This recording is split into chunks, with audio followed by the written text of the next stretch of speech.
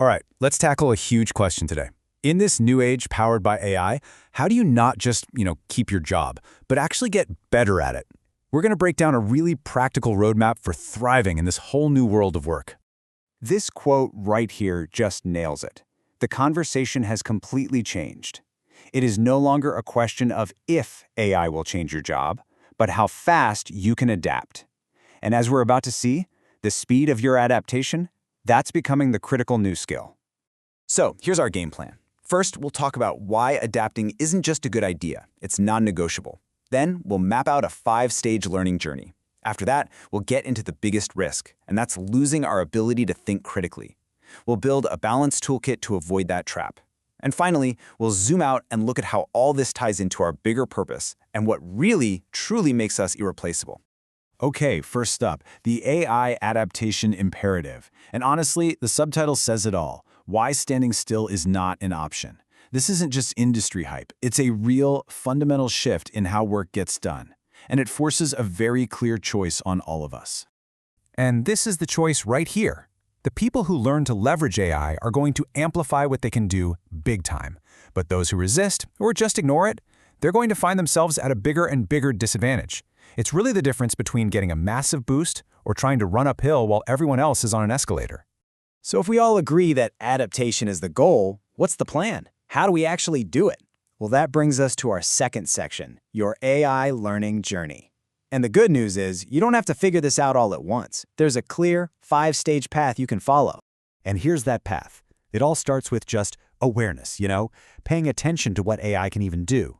Then you move to experimentation, just trying it out on small, simple tasks.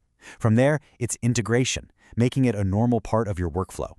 Then you get to optimization, where you're actively getting better and more efficient with it. And the final stage, that's innovation. That's where you're not just doing old things faster, but you're actually creating totally new ways to work that were never possible before. So, take a second and think about it. Which stage are you in right now? All right, now for a really important warning. Section 3 is all about preserving your critical thinking. This gets into what might be the single biggest risk with AI, and it's probably not what you're thinking. It's not about being replaced. It's about giving up our own judgment.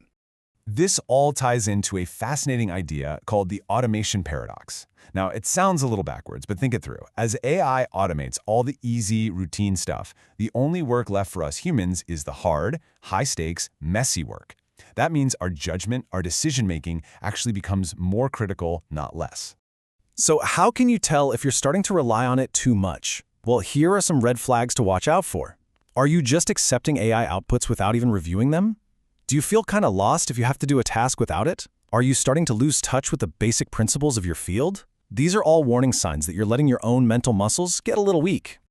Okay, so we get the risks. Let's talk about the rewards and how to get them safely. This brings us to Section 4, a balanced AI toolkit. This is all about practical, real-world strategies you can use in your day-to-day work.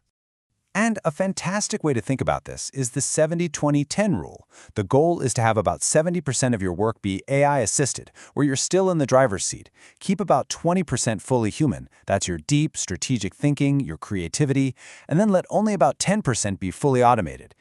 The really repetitive, no-brainer tasks. This framework helps you get all the benefits of AI without losing your edge. Now, to make that 70% of AI-assisted work really sing, you have to get good at what some people are calling the meta-scale of the AI age, prompt engineering. Don't let the fancy name scare you. All it really means is learning how to give the machine clear, effective instructions. It's the difference between just being a passenger and being the captain who's actually steering the ship. And here are the keys to doing that well. You have to be super specific. Give the AI all the context and constraints it needs. Tell it the exact format you want back. And don't be afraid to try a prompt, refine it, and try again. But the most important rule, always verify the output yourself. Trust, but verify. Let's pull the camera back a bit, from the daily tactics to your long-term career strategy. Section 5 is about future-proofing your purpose. This is all about building a career that can handle any technological shift because you're focused on what truly lasts. This brings us to the whole idea of durable skills. While skills for specific software come and go, these are the ones that stick around. Things like learning how to learn so you can adapt to any new tool that comes along. Or problem identification, not just problem solving. AI is great at solving problems, but it can't tell you which problems are worth solving in the first place. And of course, the deeply human skills, communication, and emotional intelligence. This is what makes you valuable no matter what technology is popular. And you know, this raises a really crucial point about productivity. AI can make us incredibly efficient, but efficiency isn't the same thing as fulfillment, is it? Meaning in our work comes from things like craft, impact, and connection. As AI takes over more of the what and the how, our biggest opportunity is to double down on the why. This brings us to our final section, and I think it's the most important one of all. Section 6, the irreplaceable human advantage. Let's talk about what makes us, well, what makes us human. This slide just lays it out so clearly. Sure, AI can process information, find patterns, and generate text at a scale we can't even imagine. But look at what it can't do.